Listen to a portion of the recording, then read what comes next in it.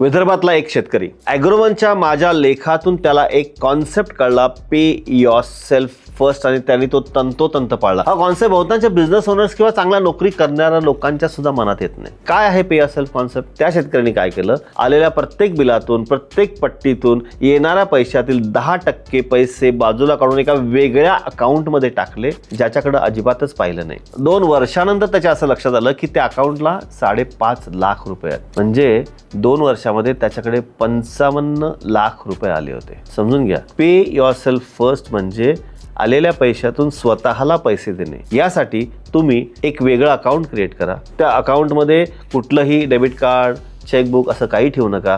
फक्त तिथून पैसा गुंतवणुकीला जाईल एवढंच लक्षात ठेवा.